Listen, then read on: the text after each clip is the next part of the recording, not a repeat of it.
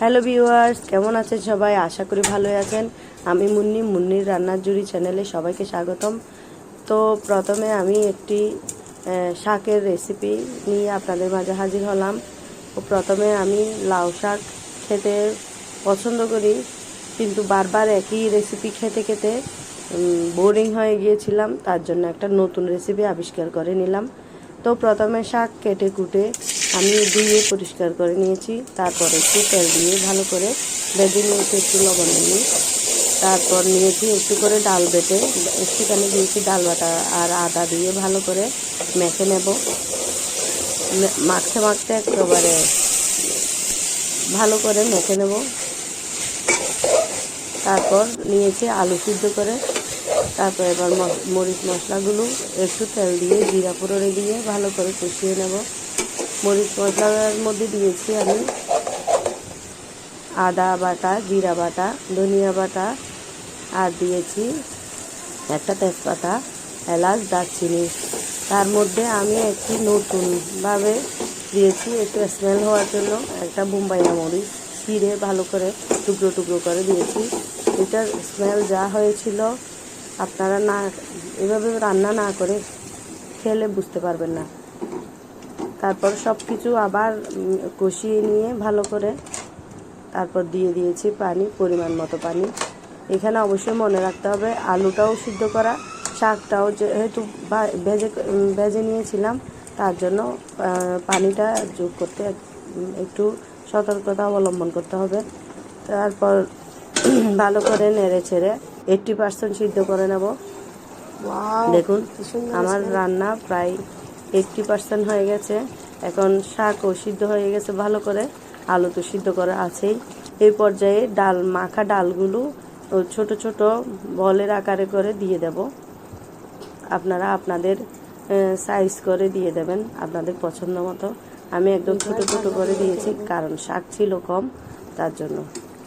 এবার 2 মিনিট পরে ভালো করে উল্টে দেব। উল্টে পাল্টে দিলেই, উল্টানোর সময় অবশ্যই সতর্কতা মাথায় রাখতে হবে যেন ভেঙে না যায়, কারণ এগুলো এখনো কাঁচা। এবার ভালো করে সিদ্ধ করে নেব। এবার দেখুন গাইস, সিদ্ধ হয়ে গেছে। তরকারির কালারটাও একদম তেল উঠে এসেছে, হয়ে গেছে মাখা মাখাও হয়ে গেছে। দেখুন গোটা গোটাই রয়েছে, ভেঙে যায়নি। দেখুন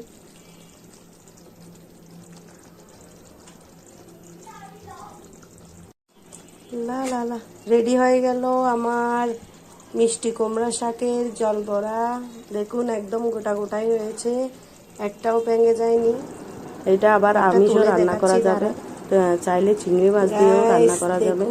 আমি সেদিন নিরামিষই রান্না করেছিলাম। গোটা গোটাই রয়েছে, যেমন দিয়েছি তেমন।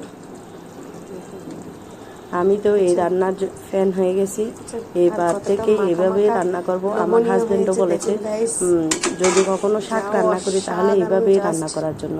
আমার তো এখনই মুখে লালা চলে আসছে গাইস, মুখে পানি চলে আসলো। আমি এখনই খেয়ে নেব ভাত দিয়ে। আমি খেয়ে দেখাচ্ছি। ওয়াও, জাস্ট অসাধারণ হয়েছে। আর বড়াগুলো দেখুন একদম সফট সফট। ওয়াও, সেই তো মজা হয়েছে গাইস, অনেক মজাদার, দারুণ দারুণ গাইস। একবার বানিয়ে খেয়ে দেখবেন, দুর্দান্ত হয় খেতে। আমার কথা যদি বিশ্বাস না হয়, যদি আমার রান্না ভালো লেগে থাকে, নতুন নতুন রেসিপি পেতে অবশ্যই আমার চ্যানেলটি সাবস্ক্রাইব করুন। এই বাটিতে 2 বাটি খেয়েছি গাইস, এখন মনে হচ্ছে আরও 1 বাটি খাই, কিন্তু যদি খেয়ে ফেলি তাহলে আর থাকবে না, কেউ ভাত খেতে পারবে না। এত যে মজা।